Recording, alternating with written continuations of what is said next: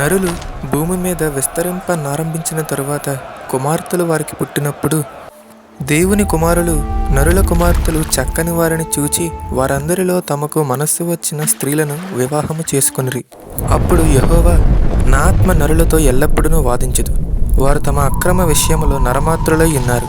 అయినను వారి దినములు 120 ఏండ్లగునెను. ఆ దినములలో నెఫీలులను వారు భూమి మీద నుండిరి, తరువాతను ఉండిరి.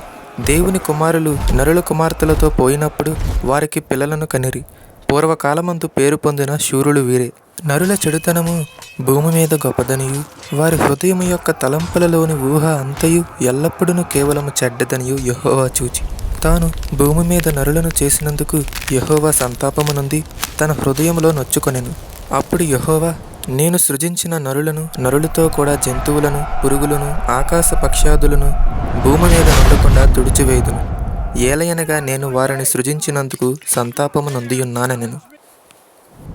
అయితే నోవాహు యెహోవా దృష్టి యందు కృప పొందిన వాడాయెను. నోవాహు వంశావళి ఇదే. నోవాహు నీతిపరుడును తన తరములో నిందారహితుడునై ఉండెను. నోవాహు దేవునితో కూడా నడిచినవాడు. షేము, హాము, యాపేతను ముగ్గురు కుమారులను నోవాహు కనెను. భూలోకము దేవుని సన్నిధిని చెడిపోయి ఉండెను. భూలోకము బలాత్కారముతో నిండి ఉండెను. దేవుడు భూలోకమును చూచినప్పుడు అది చెడిపోయి ఉండెను. భూమి మీద సమస్త శరీరులు తమ మార్గమును చెరిపివేసుకుని ఉండిరి. దేవుడు నోవాహుతో, సమస్త శరీరుల మూలముగా భూమి బలాత్కారముతో నిండి ఉన్నది గనుక నా సన్నిధిని వారి అంతము వచ్చియున్నది. ఇదిగో వారిని భూమితో కూడా నాశనము చేయుదును. చితిసారకపు మ్రానుతో నీ కొరకు ఓడను చేసుకొనుము. అరలు పెట్టి ఆ ఓడను చేసి లోపటను వెలుపటను దానికి కీలు పూయవలెను. నీవు దాని చేయవలసిన విధమిది. ఆ ఓడ 300 మూరల పొడుగును, 50 మూరల వెడల్పును, 30 మూరల ఎత్తును గలదై ఉండవలెను. ఆ ఓడకు కిటికీ చేసి పైనుండి 3 క్రిందికి దాన్ని ముగించవలెను. ఓడ తలుపు దాని ప్రక్కన ఉంచవలెను. క్రింది అంతస్తు 2వ అంతస్తు 3వ అంతస్తు గలదిగా దాని చేయవలెను.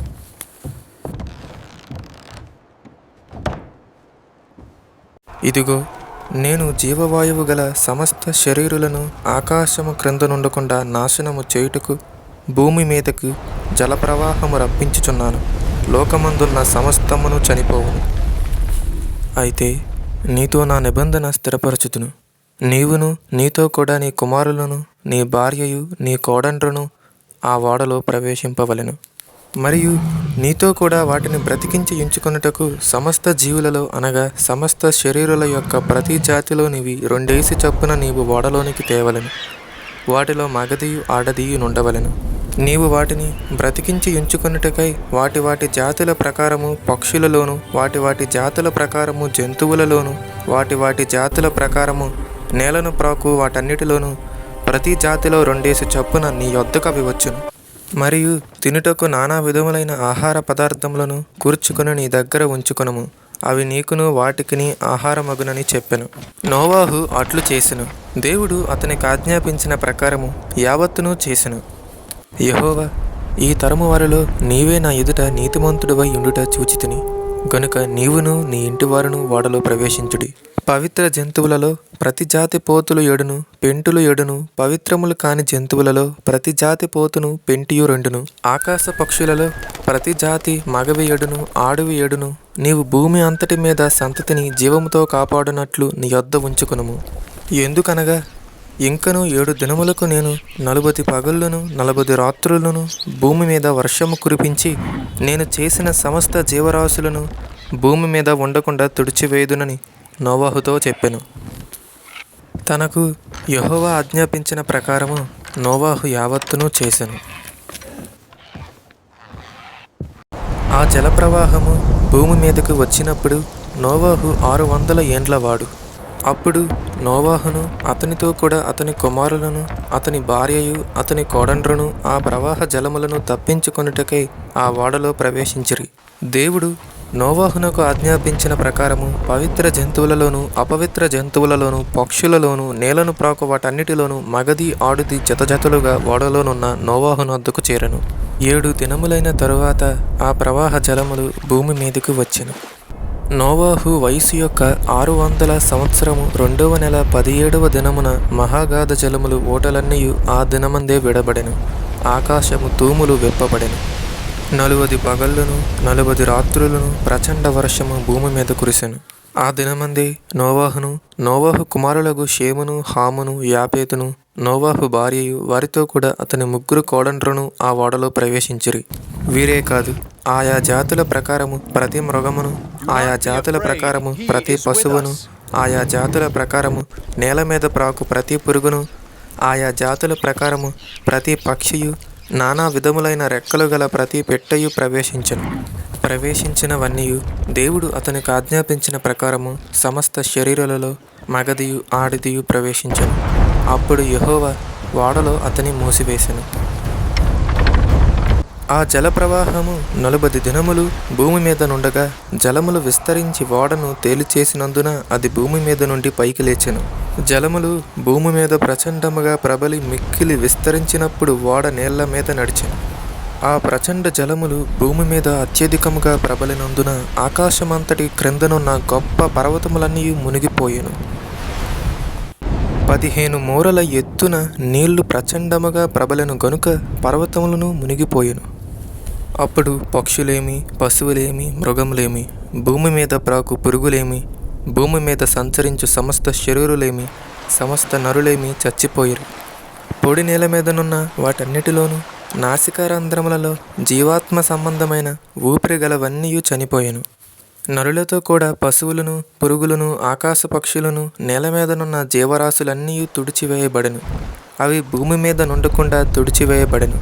నోవాహును అతనితో కూడా ఆ ఓడలో నున్నవి మాత్రము మిగిలియుండెను. 150 దినముల వరకు నీళ్లు భూమి మీద ప్రచండముగా ప్రబలెను. దేవుడు నోవాహును అతనితో కూడా ఓడలోనున్న సమస్త జంతువులను, సమస్త పశువులను జ్ఞాపకము చేసుకునెను.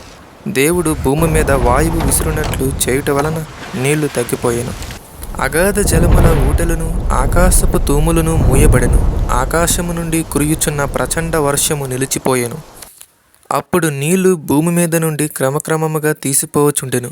150 దినములైన తరువాత నీళ్లు తగ్గిపోగా 7వ నెల 17వ దినమున ఓడ అరారాతు కొండల మీద నిలిచెను.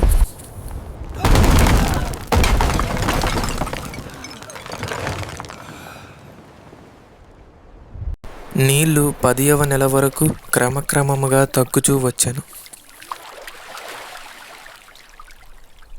10వ నెల మొదటి దినమున కొండల శిఖరములు కనబడెను. 40 దినములైన తరువాత నోవాహు తాను చేసిన ఓడ కిటికీ తీసి ఒక కాకిని వెలుపలికి పోవిడిచెను. అది బయటికి వెళ్ళి భూమి మీద నుండి నీళ్లు ఇంకిపోవు వరకు ఇటు అటు తిరుగుచుండెను. మరియు నీళ్లు నేల మీద నుండి తగ్గినవో లేదో చూచుటకు అతడు తన యొద్ద నుండి నల్ల పావురం ఒకటి వెలుపలికి పోవిడిచెను. నీళ్లు భూమి అంతటి మీద నున్నందున తన అరకాలు నిలుపుటకు దానికి స్థలము దొరకలేదు గనుక ఓడలోనున్న అతని యొద్దకు తిరిగి వచ్చెను. అప్పుడతడు చెయ్యి చాపి దాన్ని పట్టుకొని ఓడలోనికి తీసుకొనెను. అతడు మరి 7 దినములు తాలి మరలా ఆ నల్ల పావురమును ఓడలో నుండి వెలుపలికి విడిచెను. సాయంకాలమున అది అతని యొద్దకు వచ్చినప్పుడు త్రుంచబడిన ఒలీవ చెట్టు ఆకు దాని నోట నుండెను గనుక నీళ్లు భూమి మీద నుండి తగ్గిపోయినని నోవాహునకు తెలిసెను. అతడింకా మరి 7 దినములు తాలి ఆ పావురమును వెలుపలికి విడిచెను. ఆ తరువాత అది అతని యొద్దకు తిరిగి రాలేదు. మరియు 601వ సంవత్సరము మొదటి నెల తొలి దినమున నీళ్లు భూమి మీద నుండి ఇంకిపోయెను. నోవాహు ఓడకప్పు తీసి చూచినప్పుడు నేల ఆరియుండెను. 2వ నెల 27వ దినమున భూమి ఎండియుండెను. అప్పుడు దేవుడు, నీవును నీతో కూడా నీ భార్యయు, నీ కుమారులను, నీ కోడండ్రును ఓడలో నుండి బయటికి రండి.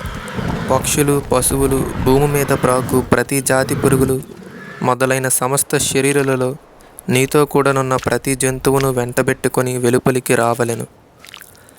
అవి భూమి మీద బహుగా విస్తరించి భూమి మీద ఫలించి అభివృద్ధి పొందవలెనని నోవాహుతో చెప్పెను.